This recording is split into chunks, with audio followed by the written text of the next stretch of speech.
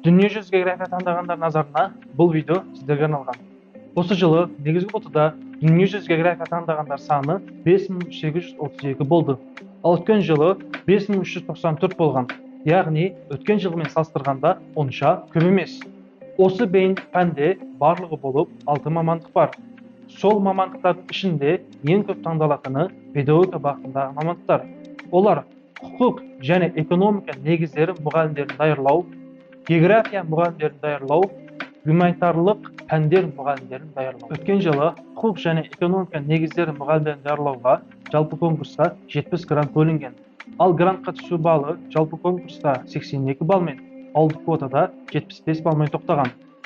География мұғалімдерін даярлауға 145 грант бөлінген, ал грантқа түсу балы жалпы конкурста 114 бал, ауылдық квотада 108 балмен тоқтаған.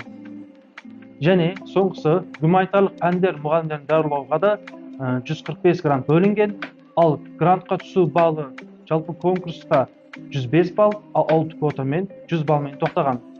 Басқа да мамандықтар туралы осындай ақпарат білгің келсе, парақшама тіркеліп ал.